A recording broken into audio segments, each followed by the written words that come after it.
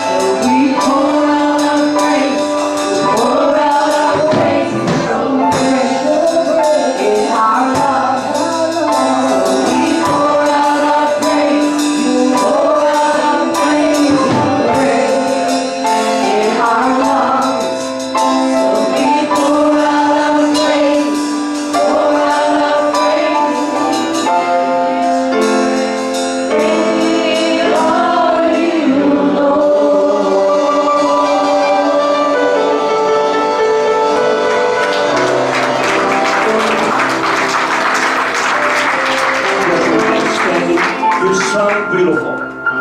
You worship magnificent. You touched the hem of his garment. But here's the place where it goes from praise and worship to a sacrifice. When you pour out, now he's been pouring in, but when you pour out your praise, I want to sing it one more time.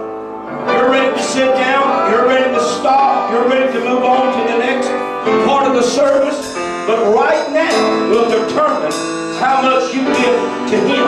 Not what he gave to you, but what you gave to him. Praise him again.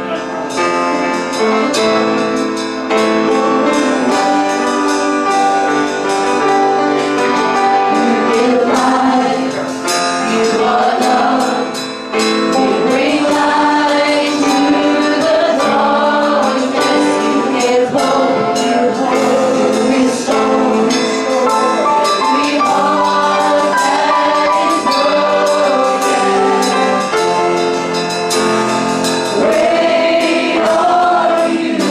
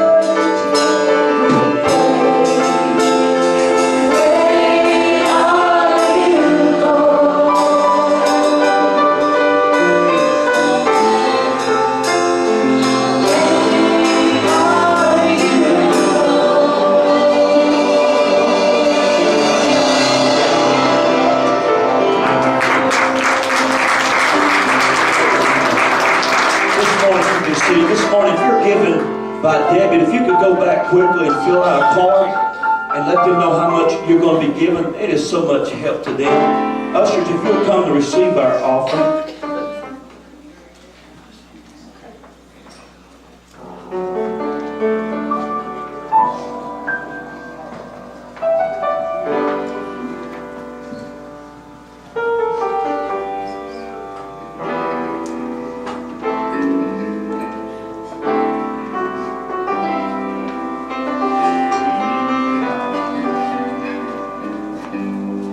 Philip, would you pray over this offering, sir?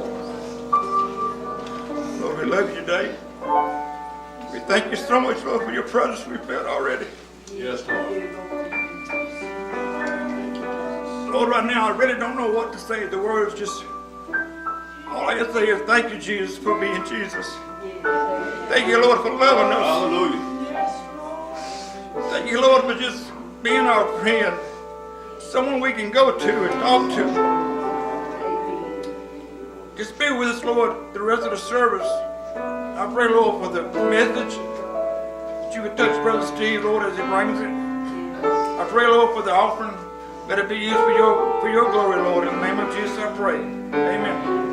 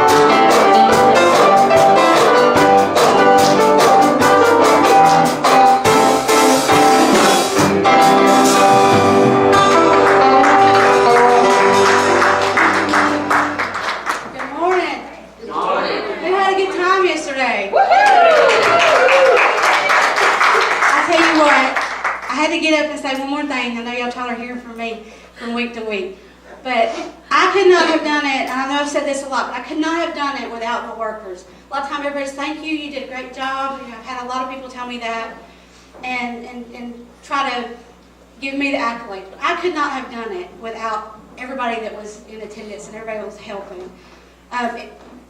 They say that a great leader is only as good as his followers, and so not that they were following me, but that they were helping me, and they're the ones that made it the best. I'll tell you, this week I was a little stressed as the count got a little higher and higher, but it all worked out wonderfully.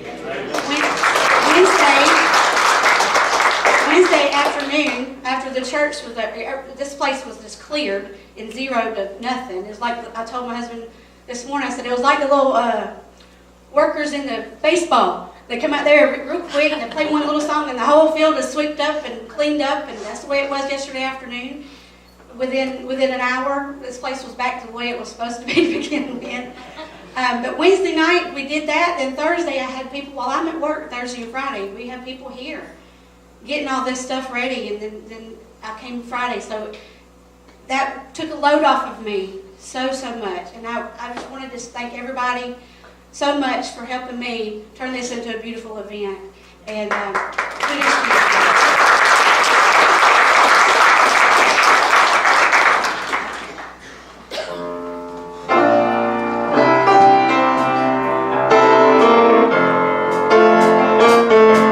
the battle's on mine, said little David. Lord, this night I'm in your favor.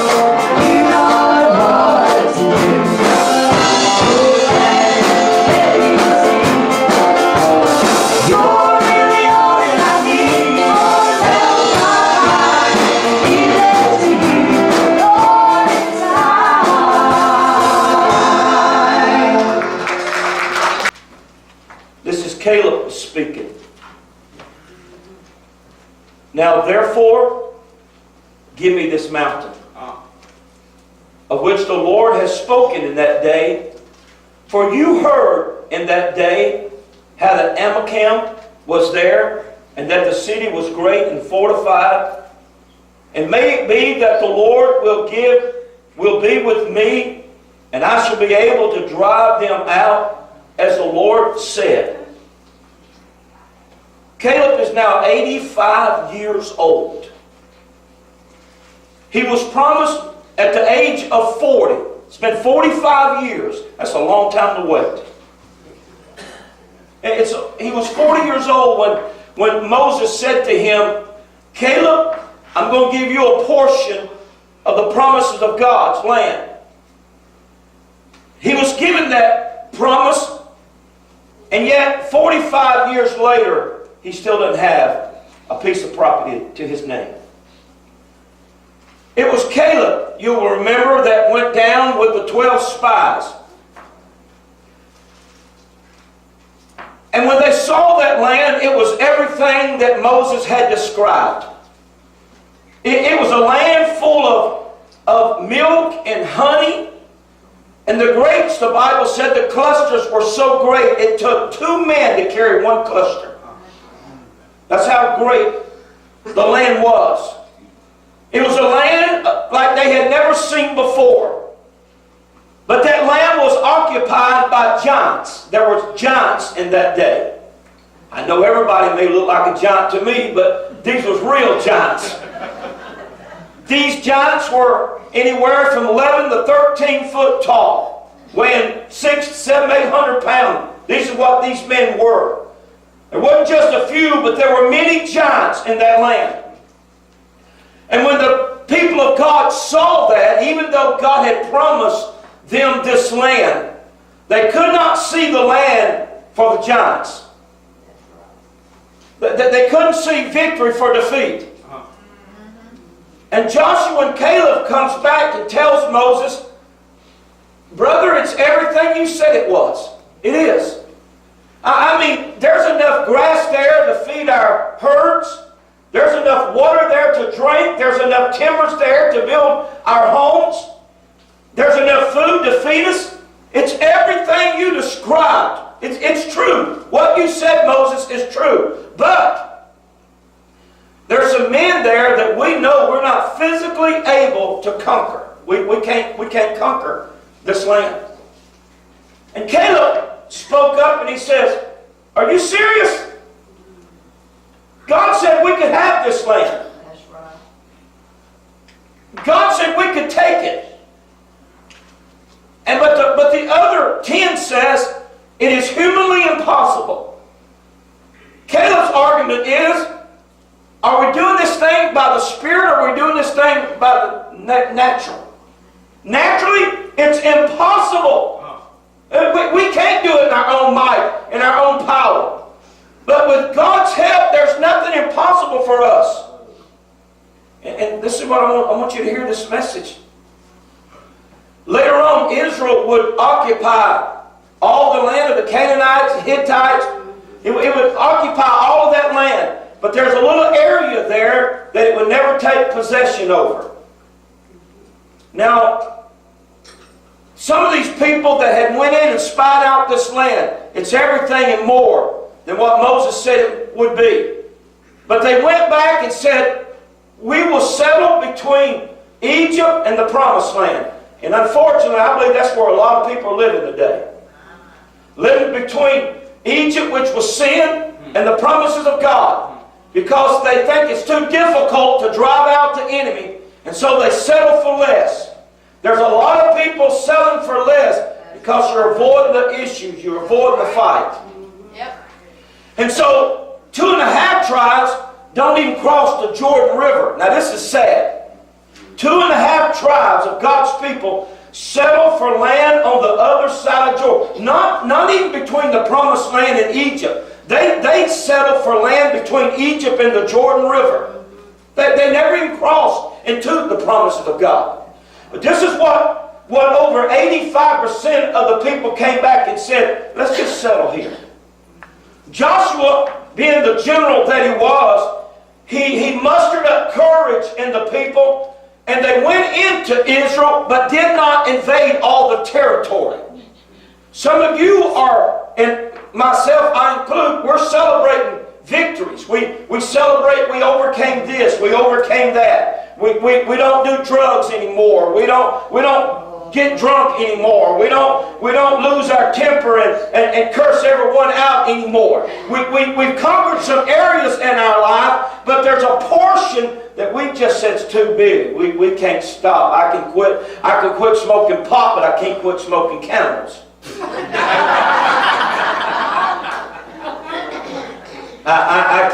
I can love the folks at the church, but I hate my mother-in-law. There's some things. There are just some areas that just seems too big, and so we allow the enemy to still control an area. And this is what Israel did. There's a mountain there, Mount Hebron, that the children of Israel says we're not going to try to take that, because them giants on that hill is big, and that hill is mighty, and they would have the advantages over us because they would be overlooking us, and we would be going up the hill, they'd be coming down the hill, and there's no way we could fight this battle on this hill. We would be at a disadvantage, and so let's just try to be in peace with everybody. I'll tell you something, you can't be in peace with the devil. So Israel left it alone, and here 45 years later, Joshua has not yet given Caleb any portion of the land, and Caleb comes and he questions Joshua. Now Joshua was a great leader, but he hadn't done what he should have done toward Caleb. Why Joshua had not remembered his friend, we can only speculate.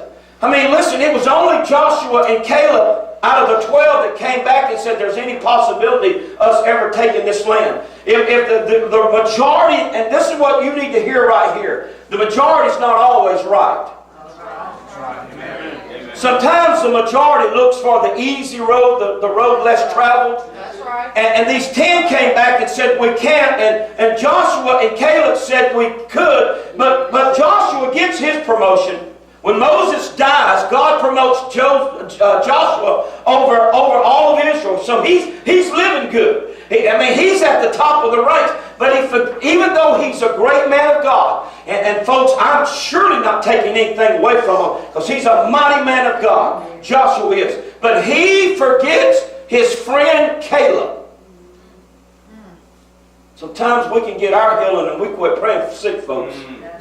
Sometimes we get our deliverance and we think everybody's free. And so as great as he is, and here's something you can see right here in this message, even great men and women sometimes mess up. And I don't know why Joshua has left Caleb out of this promise. Maybe because, in the book that Joshua himself wrote, this is what he says about Caleb. He said, Caleb's father is a Kenizzite. What is that? That's a descendant of Esau. Who is Esau? Esau's the twin brother of Jacob. And if you remember the story, here's the story. Esau doesn't have a birthright. You remember? He sold his birthright out for some soup. And he gave up that portion of the birthright. So Caleb, now you need to stay with me here if you're going to get this message. Caleb is a descendant of Esau. Now Esau, even though he's a twin brother, he doesn't look nothing like his brother. You remember when he was born? They're not identical twins. Matter of fact, they don't look anything alike. I mean, they're totally opposite. So Esau doesn't have a birthright. So Caleb, even though you came back with a positive report, even though you came back and told us we could, even though you're probably the reason why we were able to conquer what we did, we're still not going to give you a birthright or a portion of the promise, even though Moses promised it to you. You know, maybe Joshua was afraid of what the elders would think. You know, a lot of times we don't do the right thing, worried about what folks going to think. Appreciate all 5 amens. I'll move on. Sometimes even great people get intimidated. Pastors get intimidated. They're afraid of what the leadership might say if they advance someone or bless someone or does something for someone, especially when that someone don't look like all of us. Caleb doesn't look like the rest of Israel. His descendants is from Esau, and Esau don't look like us. And matter of fact, it was God that said, Jacob I love, but Esau I hate. God said that. So we need the Calebs, we need their assistance, we need their input, we need their power, we need their positive attitude. But brother, we can't raise you up in leadership because of where you came from. Not who you are, but where you came from. We got to keep you pressed down. We've got to keep you beneath. We've got to keep you under the rug. We can't promote you because, see, your dad don't look like my dad, or your family don't look like my family. So we're going to just keep you pushed down. That's right. I don't really know why Joshua forgot his friend Caleb, but the fact is that he did. And General Joshua was supposed to give all of those men, those 12. Listen, if you're going to leave somebody out, leave the other 10. You know, if there was anybody that didn't deserve a piece of the promise, it was those that said we couldn't take the promised land. But nonetheless, Caleb gets left out. And it was Caleb that came back and said to Israel, oh, you faint-hearted people, why don't you trust in the power of man and the power of might? Keep your eyes on God. God will give us just what He said He would. God will do what He said He would do. God's everything He said He is. Keep your eyes on God. It was Caleb that did all that. That guy that, the Bible said that Esau was a very hairy man. And you that read the story of when Jacob had to deceive his father for the birthright, he had to disguise himself as Esau. So maybe, just maybe, Caleb looks kind of like Esau. He don't look normal. He doesn't look good sitting among the 12. He's a great guy and everything, but he just doesn't look he doesn't look like he belongs in the top 12. So we're going to just leave him out. But Caleb doesn't just go away. See, some folk get their feelings hurt and they just go away. Some folks say, if you're not going to put me where I belong, I'll just find me another place and I'll just quit church and I'll just quit God. But you know what the Bible said about Caleb? This is what the Bible said, and I love this. For 45 years, Caleb remained faithful. Wow. Caleb had been left out of the promise. Now he has a position. They gave him a position, man. You go on the front line. You go down there and you drive out them giants and you take this land for it. He had a position, but he doesn't have a promise. See, let me tell you something, folks. You can get a position in the church or a position on your job or a position in your community, but positions don't bring fulfillment to your life. Promises does. That's right. See, some believers think they're entitled. Some folks think because my daddy started the church, my mama donated the piano, those stained glass windows was given by our family, so I'm entitled to a position in the church because my credit card rings louder than yours and my offering sounds off louder than yours in the pan, or I've been there longer, or I got more family there than you do, so I'm privileged. I want to tell you something. God doesn't work through entitlement or privilege. God only operates through promises. Don't you think you're entitled?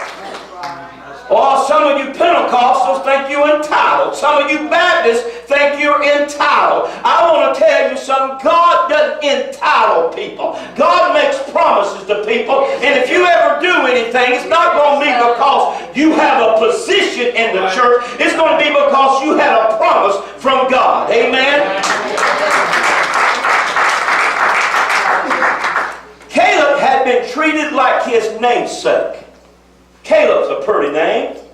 Anybody got anybody related to him by the name of Caleb? You got one back here, and got one over here. Caleb's a beautiful name, but you probably don't realize what it means. It means dog.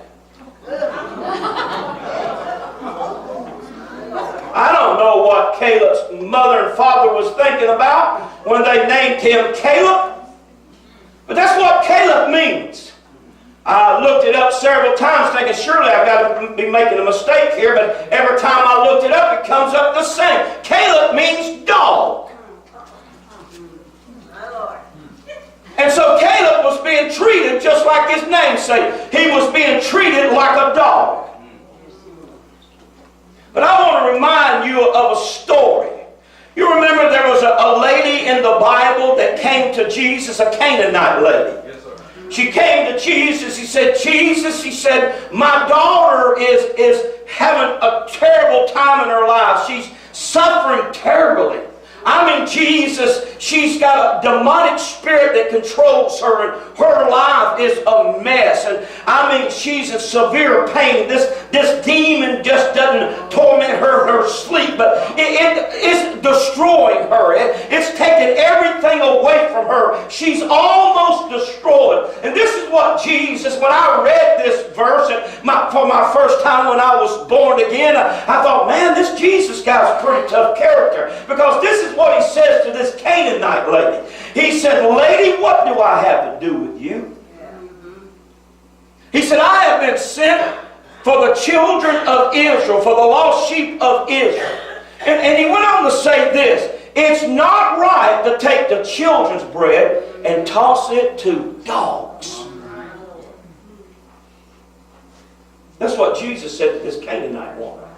I know what some of you would have done if Jesus had said that to you. You said, I won't be back. I'm out of here. Talk to the hand, Jesus. Now, you would have been offended. You'd have been hurt, and naturally so. Jesus has said to this Canaanite woman that came to him for help. But you know why? Because she don't look the picture, folks. She don't look like the rest of Israel. She's not like Israel. She's a mixed breed girl. Right. And when she comes, even Jesus says to her, you don't have any rights. All the privilege, all the rights come to the children of Israel. And that's who I'm sent for. I'm not sent for you dogs. But here's what she said. She said, even the dogs eat from the master's table. You know what Jesus said? Jesus said, had seen this kind before. Even the dogs get to eat of the crumbs. Caleb could have said to all Israel, you treated me worse than a dog. You sent me down there on the battlefield and I fought your battles. I slew the enemy. I fought for you. I've been at war for you. I defended you. I stayed up night and day. I went hungry. I risked my own life to give you a portion of land. And here it is 45 years later, and you haven't given me one place to lay my head down. Not because I've done wrong, just because the color of my skin. Just because I don't look like the rest of you. You treated me different because I don't look like you. See, you probably didn't know that Caleb had this problem, did you? You've all heard the story of Joshua and Caleb. And if you've just heard the story, it makes it seem like, oh, Caleb just has got all the benefits that Joshua does. But no, Joshua has privilege. He's at the top ranked in all Israel. But Caleb don't have anything. Not one thing. 45 years later, and Caleb says, I don't have one thing to my name. You hadn't gave me anything. He said, you treated me like I'm a dog. I've lived up to my namesake. I'm treated like a dog. Caleb said, there's a piece of property in this promised land that's not been occupied yet. Nobody wants it. Everybody's afraid of it. In the middle of this great promised land where milk and honey and and clover grows and cows are fed and water is knee-high and everything's beautiful. He said there's a portion there that nobody has possessed yet. And nobody wants it. Nobody don't want to go there because, you see, when they drove out those giants, you know where they went? You can speak. No, they went to the mountain. Everybody, now folks, there ain't just a few living on this mountain. Everything that survived the battle is living on the mountain. See, when you drive out a devil, it's got to go somewhere. Hello? I said, when the devil doesn't just go sit in the rocking chair on the front porch and shake hands when you go out to church. He looks for another building to occupy, another place. And see, when these giants was driven out of Canaan and out of all these cities, they all went to the mountain. And now this mountain is occupied by them. Joshua's an 85-year-old man now. He's 85 years old. And this is what he said to Joshua. He said, Joshua, there's a piece of land that we don't occupy. Somebody else occupies that. And it's a piece of land that nobody else wants. And everybody else is terrified of it because Goliath and his family lives over there and is possessed by giants. The shortest man over there is over 9 foot tall. The only reason you'd want to go there is you're building a basketball program. Amen. University of Auburn would go there and give out scholarships.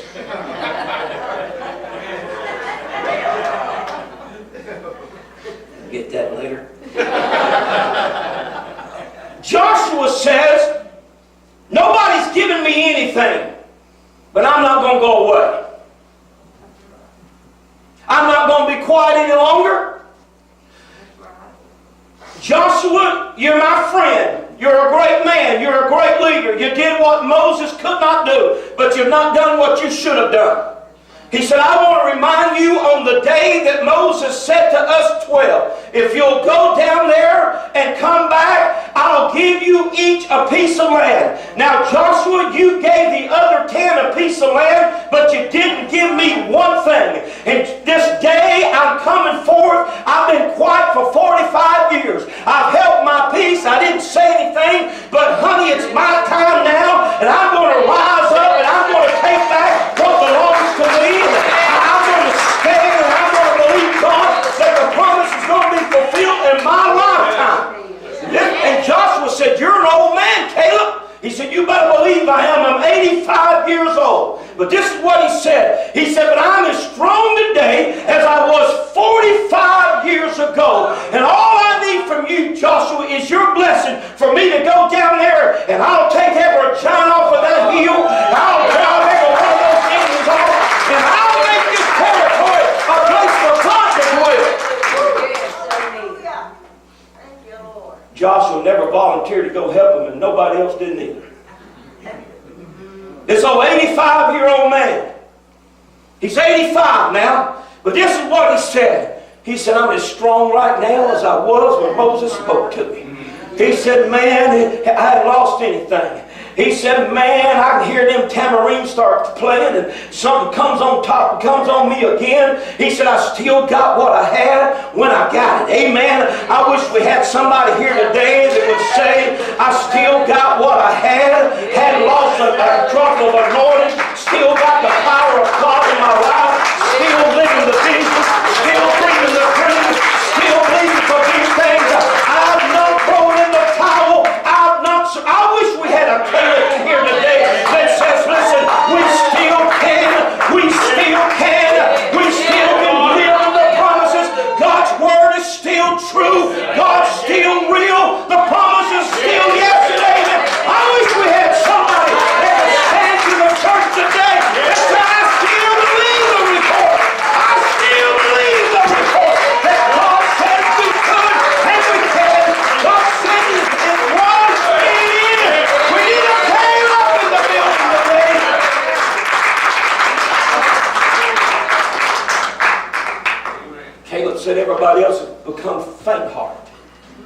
listen, folks, you got to picture this. Got to picture this.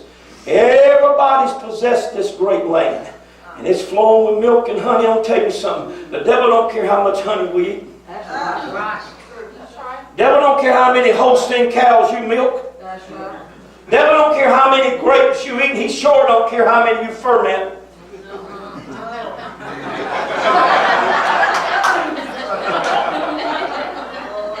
I said, the devil don't care about all. You're down there in the valley, you're dancing, and you got your tamarines going, and you got your praise on. The devil don't care. The devil don't care that you're down there drinking milkshakes.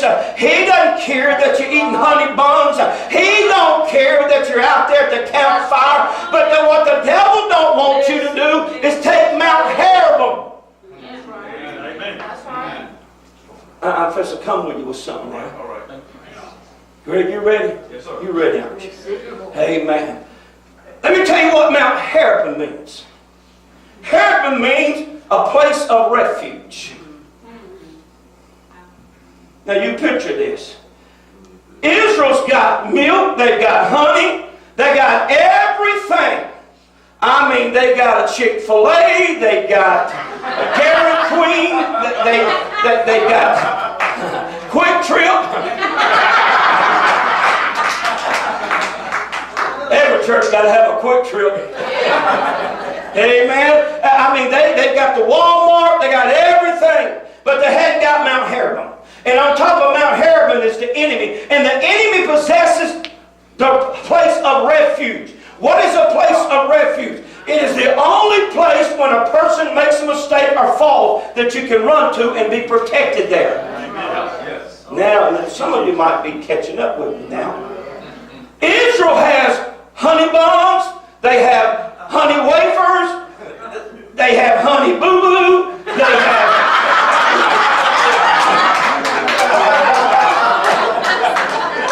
They hadn't drove her out yet.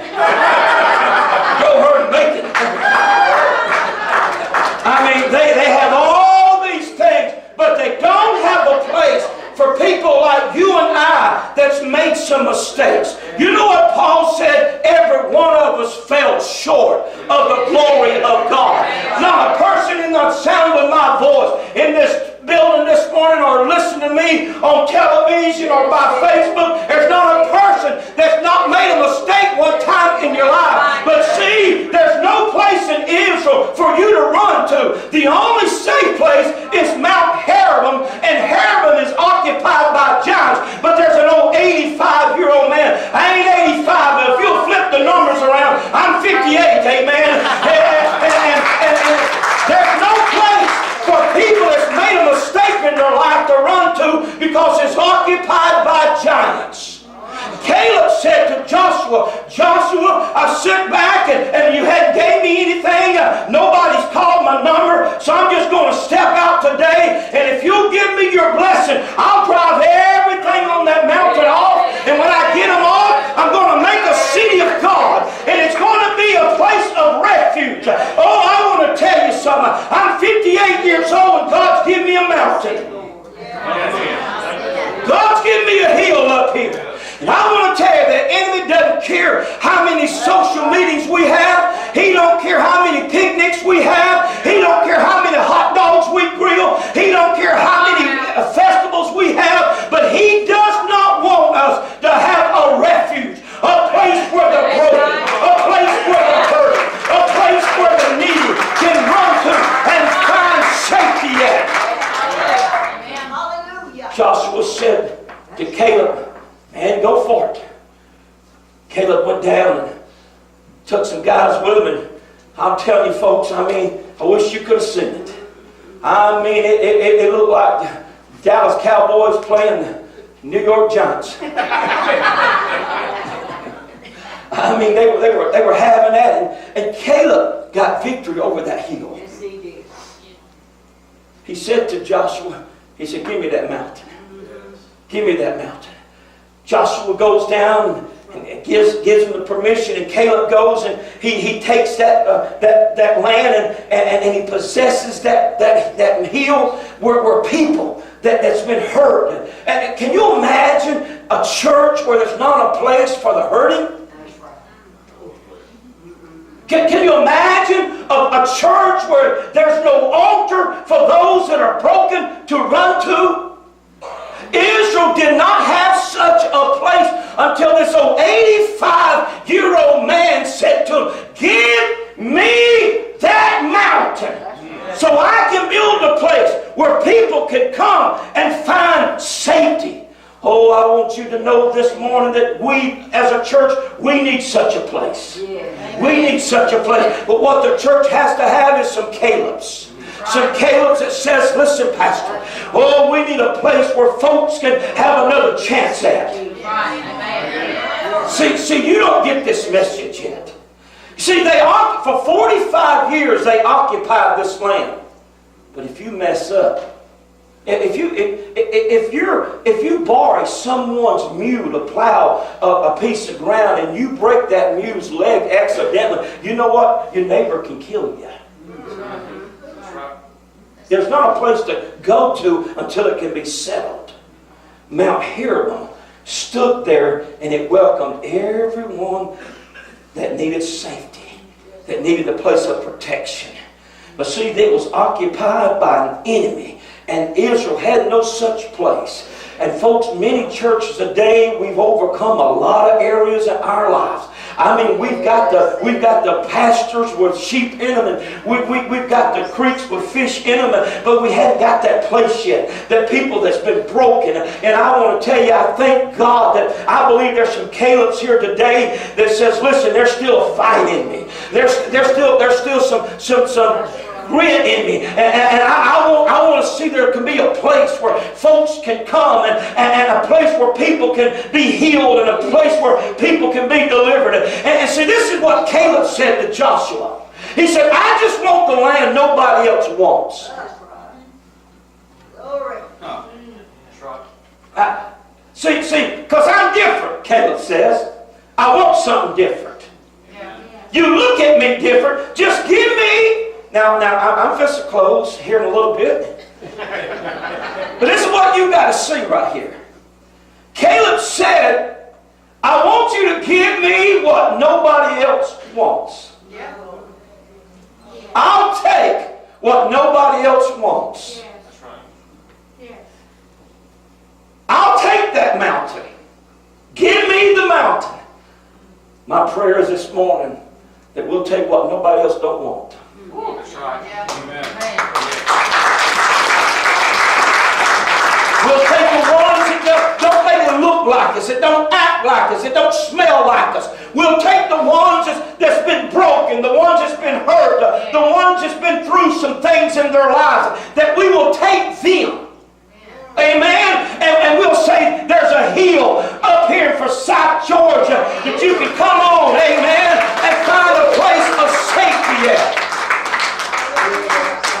Johnny, come on this morning.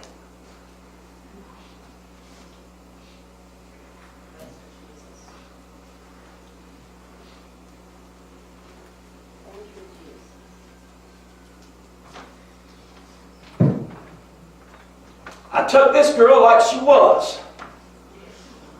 I said, there's a hill up here you can come to. You can come to our hill. You don't have to get all... What do I wear? Come as you are. She came. Tell me a story. This seemed like such a better idea a minute ago. Okay. So in February, 2 years, and me and my husband came here. Both of us were high when I came to church. You were what? We were high. I thought you were. She was high when she came in this building. For 15, 16 years, I struggled with addiction. And I tried it on my own. And sometimes I may be clean for a couple months, a year. And it was always there. Always knew that I've never felt there would be a time I could say I was not an addict anymore, and I would never do this again. I would tell people, I can't say I'll never do it again, because I probably will. And I prayed at this altar, and when I tell you God took that from me, I mean, he took it from me.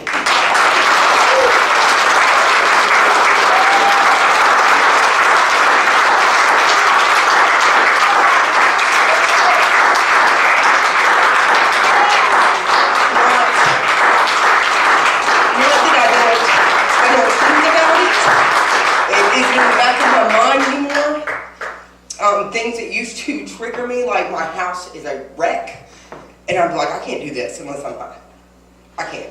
That never even crosses my mind. It is almost, it's like it never even happened. Like it's gone. And it seems like it's only 2 years, and I'm like, it seems like a lifetime ago. And Brandy, I didn't want to come. I'm like, I'm not coming in there. I feel like I'm being disrespectful to God if I come in there. And Brandy and Wendell were like, you're coming. Just come. And it just come. And I did. And I am a firm believer. I am living proof that God can and will restore you. And I am restored. I am not even not an ex-addict. I'm a new woman.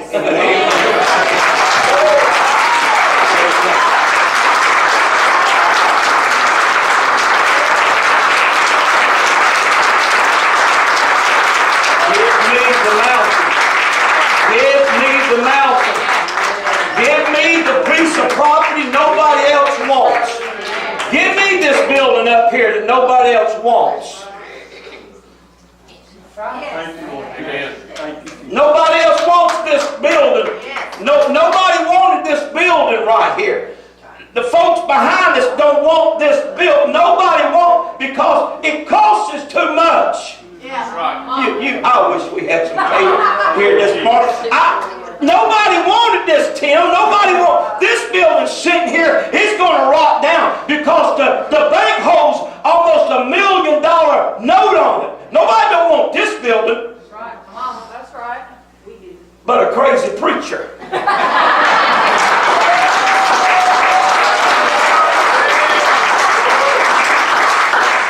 I drove by here and I said, give me that hill. I want that hill. I'll take that. I'll take that hill. Let me tell you who holds the mortgage on this building now. We do. We own the mortgage.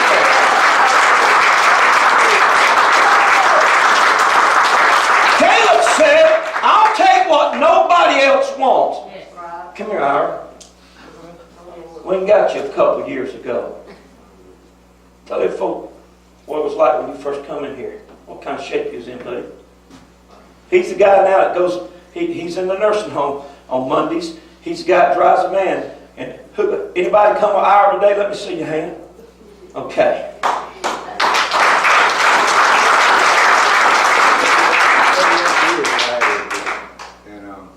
Speak up, brother, like you're talking to me. 38 years I had an addiction, and it's been 2 years, a week from this Thanksgiving, that I came to this church, and we lost everything we had. But when I walked in this church one Wednesday night, I haven't eaten 2 days. But soon right, I've had something in the kitchen. Y'all didn't know me, y'all didn't know my life, and it was, I was a rascal, man. I was probably about low as you can get. I weighed 109 pounds. And I was on my way out of this world. But when I walked in here, I got some clothes. They said when you was hungry, you fed them. Yes. I was that one you fed. I was washing clothes in the sink at a motel. But when I left them upstairs, I got some clothes. Amen. You didn't know nothing about me. And half of you probably wouldn't like me. You probably would have said I deserve what I got. And I agree with you. I believe you reap what you sow. But when you draw close to him, he draws close to you.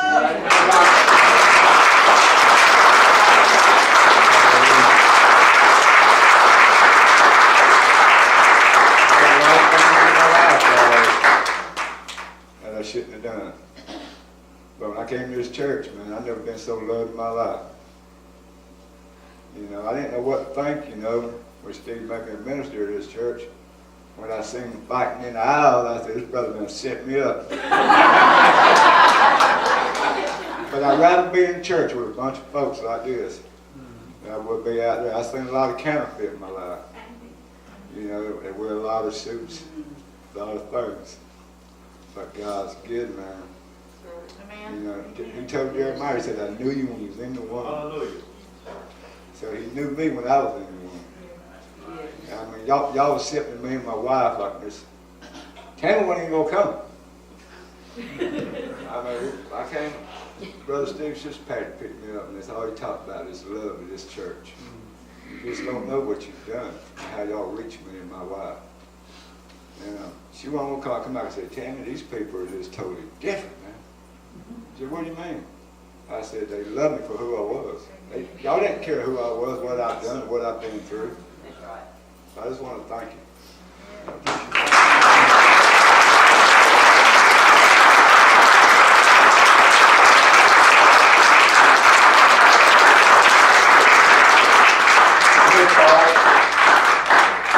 Come on, Charles.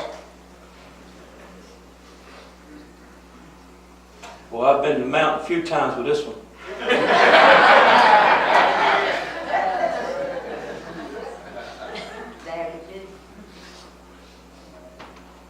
Nobody else don't want him.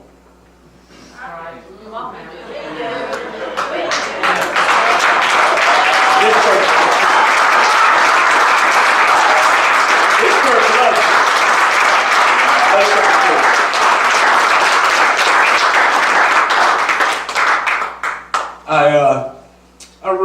I was married for 10 years and I got 2 sons, and I ruined it. I ruined my whole marriage, and I'm not allowed to see my kids, so therefore I was homeless, you know. And I've been so low, just so hopeless, and I met Steve through Cody, and I was homeless, and they brought me in, and they loved me, and you know, it's been a little struggle, but ever since then, since I met Steve and these people here, I mean, it's like Ira was just saying, there's nothing like real love, you know.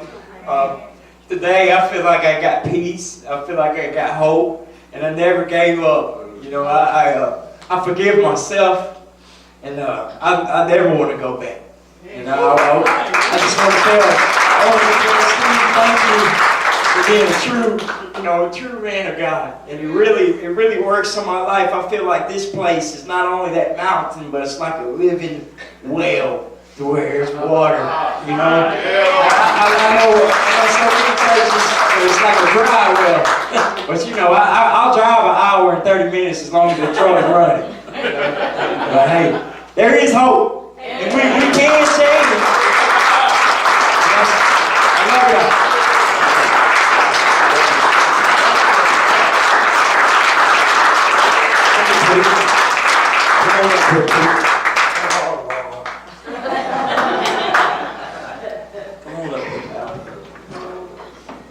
I'll tell you what nobody else don't want.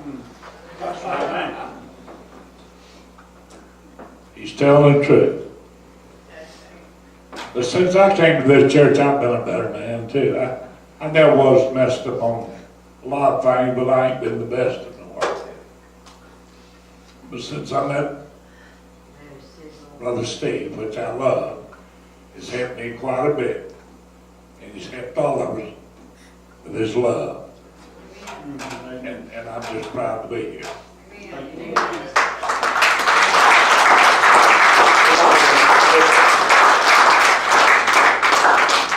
Come here, Jerry Smith. Now you're ready for a sermon.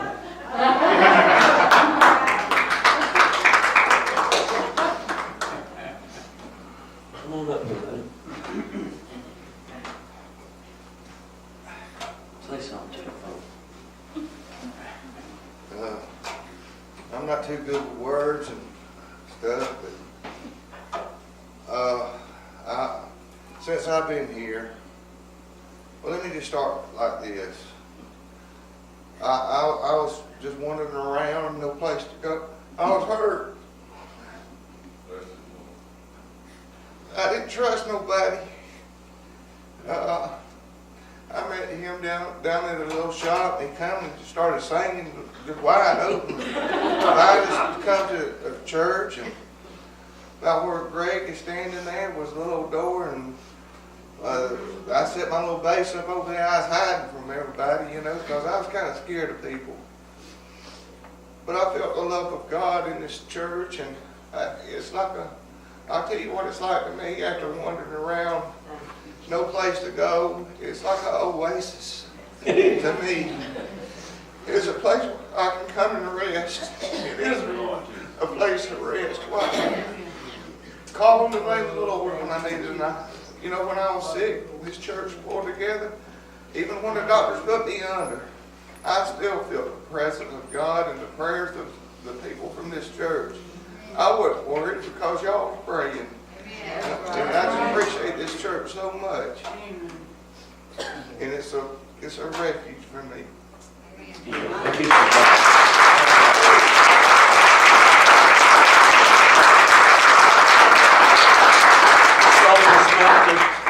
I saw this mountain here.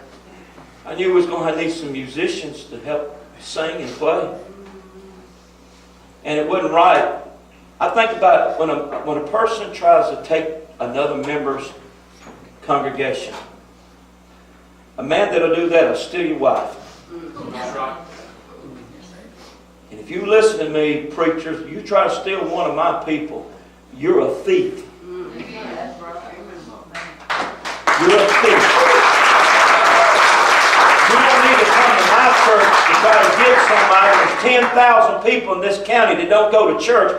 Get your lazy self away from the table and go knock on some doors if you want somebody in the church. Don't be trying to steal my people.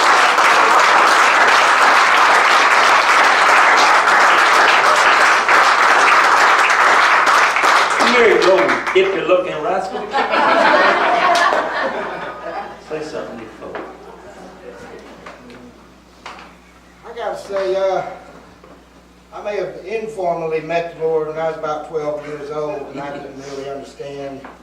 I was approached by a man when I was playing ball at elementary school. And I went through the motions and called myself saved at that time, but didn't really understand what it was. After that, I lived my life pretty much the way I wanted to, and when I got old enough to really go buck wild, I did. I was a professional hard drinker, brawler, fast driver, just whatever was fun was what I was into. The last couple of years, Becky ran into an old acquaintance, preacher of hers, that reminded us of what life is really all about. And we've evolved through a couple of different churches to come and be a member, participate in this church. I'd like to say what a privilege it is. Let me also say that God has seen to bless me beyond my worth. He has saved my life through 3 potentially fatal car wrecks, cars, motorcycles. So what God would spare my life for, I really never have understood except grace, and that He loves me, and He loves me more than I'm worth. But I'd like to also thank the members of this church to accept me for as I am. I know I'm like this, and a lot of places probably make you want to get a haircut and come up and play your horn on stage. But I love the Lord. I'm married to a woman who will work herself to death serving the Lord, and we're grateful and feel that it's a privilege to be here. We love you, man.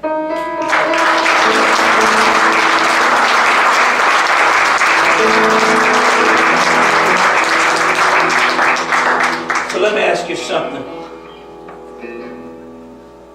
You got something you want to say? Wow.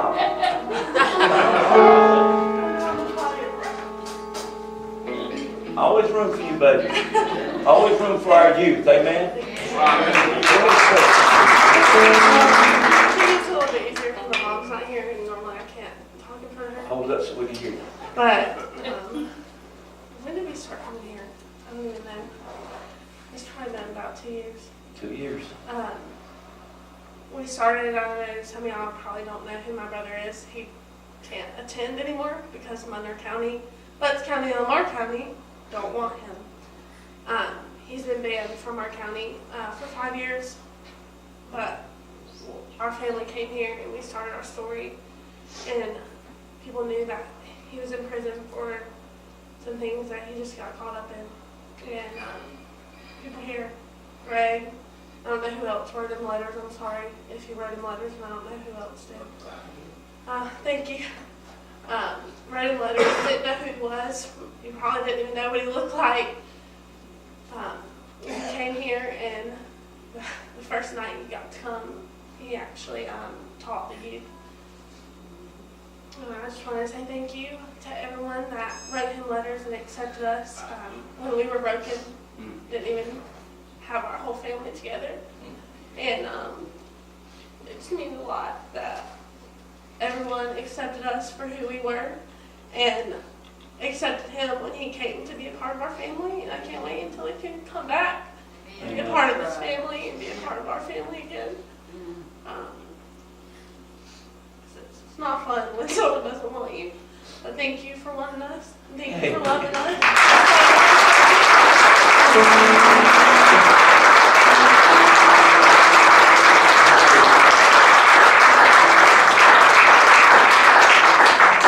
Caleb said to Joshua, you don't want that old mountain down there, do you? Been 45 years. You don't want no Ira Butlers. You don't want no Charles Spriggs, Tammy Butlers. You don't want no Jerry Smith. You want people that's all got it together, that looks like you, that speaks your language. You don't want no Gregs in your church coming up here with that white woman.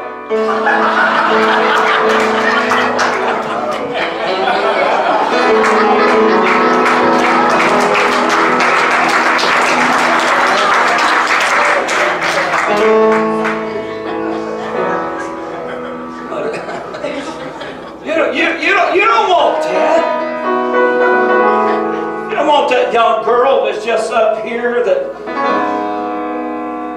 their family's been slandered all over this county, and her brother can't even come into the county, but we bring them out of jail.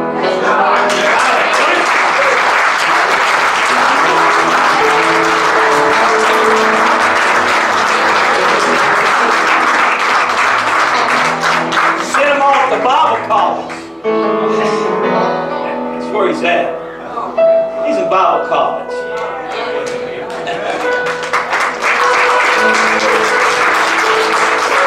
See, you don't want all the. See, you don't want to hear this kind of sound coming. People ask me, where'd you find that talent? But where did Tracy come on? You did a wonderful job yesterday, but when you come to me, you just messed up, girl.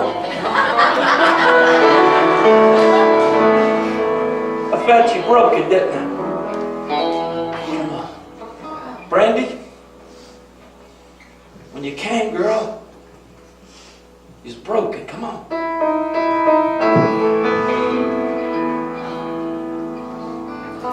Come on, Laura. Still hurting. People ask me, how did you, in 3 years, how did you get what you got? Piano players and guitar players. And how did you get all of that in just 3 short years? Because I took what nobody else wanted. That's right. Come on, Parker.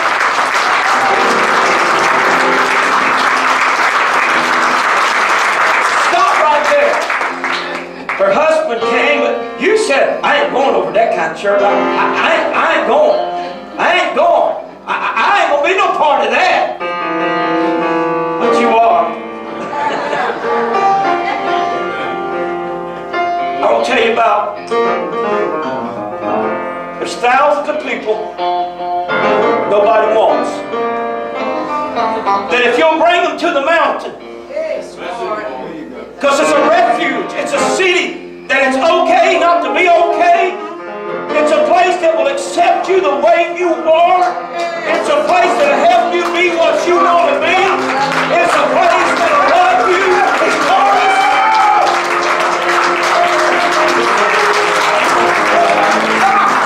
Give me this mountain. Give me this mountain. I'll take what nobody else. If you're listening to me, you're strung out, you're in a motel somewhere, you're strung out on drugs, you don't feel like nobody loves you, I'll take you. I'll take you. Don't you take that overdose. Don't you put that gun down right now. You've got everything to live for. Every reason to live. Come on to the mountain. Thank God there's a mountain. Have we got any Calebs in this building that will come with me and say, let's take the mountain. Let's build a city. Let's build a place where the hurting, where the broken can come and be healed. Send for it. You don't know like I know what's done for me. You don't know like I know what's done for me. You don't know like I know what's done for me. He's been so good to me. You don't know like I know what's done for me. You don't know like I know what's done for me. You don't know like I know what's done for me. He's been so good to me. You don't know like I know what's done for me. You don't know like I know what's done for me. You don't know like I know what's done for me. He's been so good to me. He's done so much for me. I cannot tell it all. I cannot tell it all. I cannot tell it all. He's done so much for me. I cannot tell it all. He's taken my sin away. Oh, he's done so much for me. I cannot tell it all. I cannot tell it all. I cannot tell it all. He's done so much for me. I cannot tell it all. He's taken my sins away. Oh, Jesus, I'll never forget what you've done for me. Jesus, I'll never forget how you set me free. Jesus, I'll never forget how you called me out. Jesus, I'll never forget, no,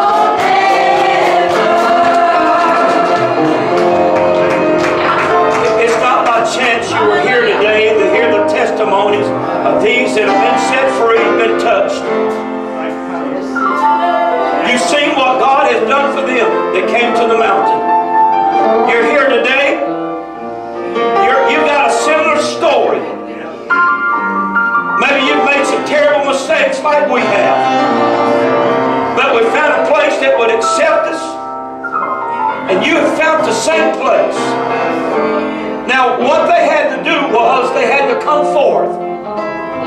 They had to step out. You've seen, you've heard. These ain't made up story. Nobody that spoke today knew what I was going to preach and what they were going to say. This whole platform is made up of folks 2 or 3 years ago that nobody would have. But you and I said, come on. Because we didn't see them for what they were, but what they could be. If their feet could step on that mountain. If you're here today, and your story's been the same, I'm inviting you to come on up now and let Him begin to work on you and change you. There's a ministry inside you. Come on, sister. God bless you.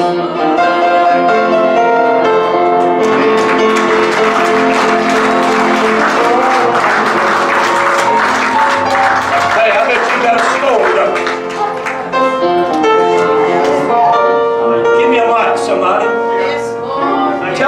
story, sister. Stand up and tell me your story. Basically the same as everybody else. And I just need God to guide me. Needs help. I'm lost. I know Ira a long time. Emmy, they brought me here. And they brought me here.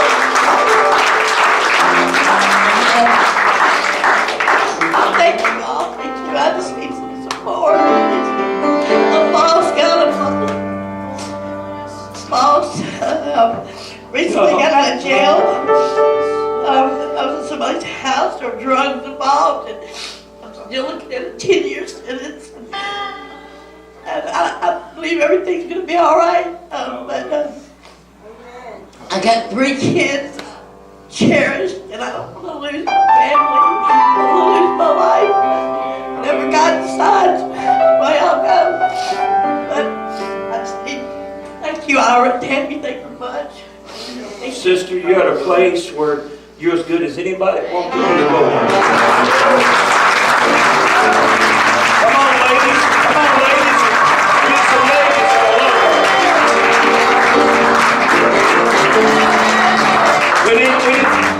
You guys just stay where you are. We need some folks that will love on this lovely couple right here.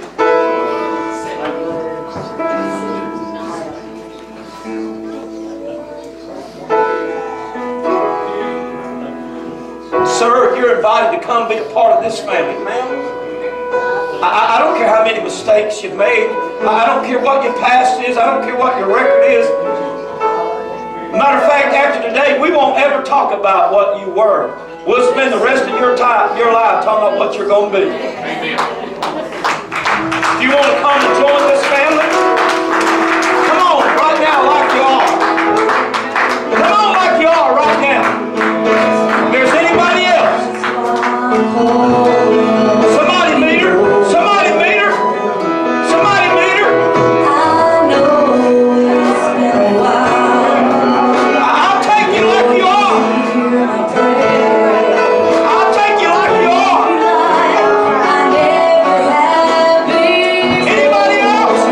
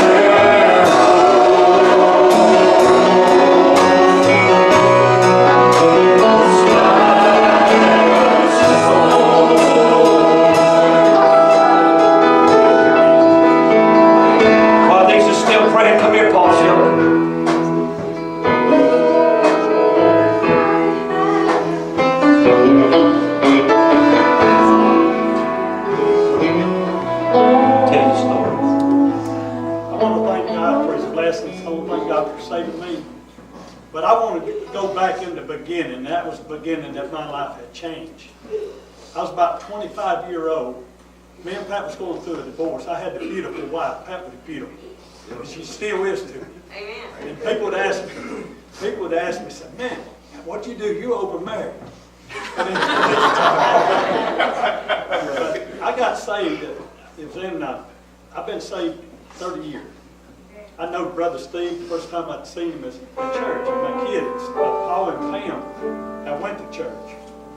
And they would come home, and I'd go in the basement. Oh, I'm sorry. I'd go in the basement, I'd do my drugs, smoke, drink. And I'd come back up, and they'd be praying for me. And I would get angry at the Holy Ghost came home. And then one day, Brother Stephen came over. I didn't know it was the pastor. I know it Paul was his brother. They would keep telling me, Steve, the pastor. I said, no, it's Paul, because I know Paul. I didn't even know Brother Steve existed then. He could come in later.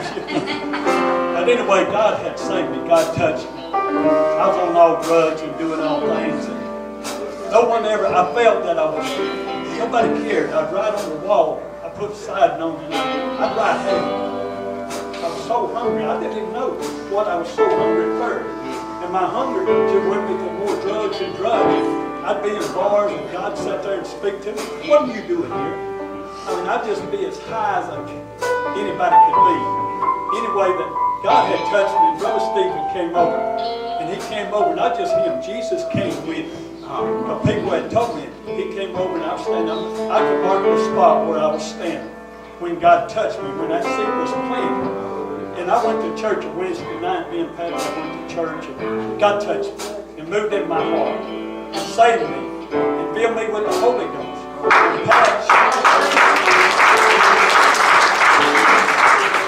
And Pat, she came about a week later. But we lived on the side of the road, and my house that Pat lived in was 24 by 24. It was 4 rooms. It was just like this. It was like across here. We lived in these little old spots. You know, I started off, and we really had enough. And I was on drugs, I was on pot, I was on all the kind of drugs, cigarettes. When I got saved, God really saved me. Like the one I was speaking about and got delivered. As I came home, I wouldn't even take my cigarettes in a parking lot before I got saved. That's how much of God had touched in my life. But anyway, I went in and the cigarettes, I brought them home and I laid them down and stomped them right in my driveway. When I got home, I got them out of my truck. I didn't take them to church. I rode with Pat. And I stepped on. And since then, God has touched and moved in my life. You can be delivered from cigarettes. Cigarettes was the hardest thing I ever laid down. But they're a God that becomes a God in your life. Because anything you got that's got you bound is a God. Anything you can't do without is a God. But I just want to thank God and thank God for each and every one. Thank God for this man right here.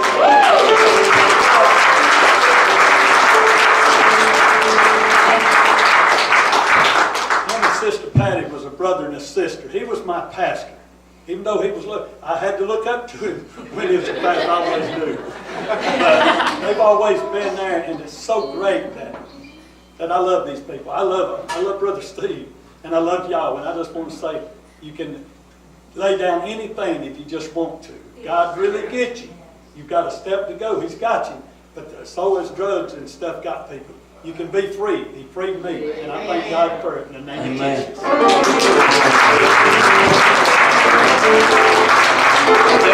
I went to see Paul Shelton, he was on the other side of the fence. Nobody had ever stopped and invited him to church. But I said, I'll take what nobody else wants. I'll build a church where folks nobody else wants.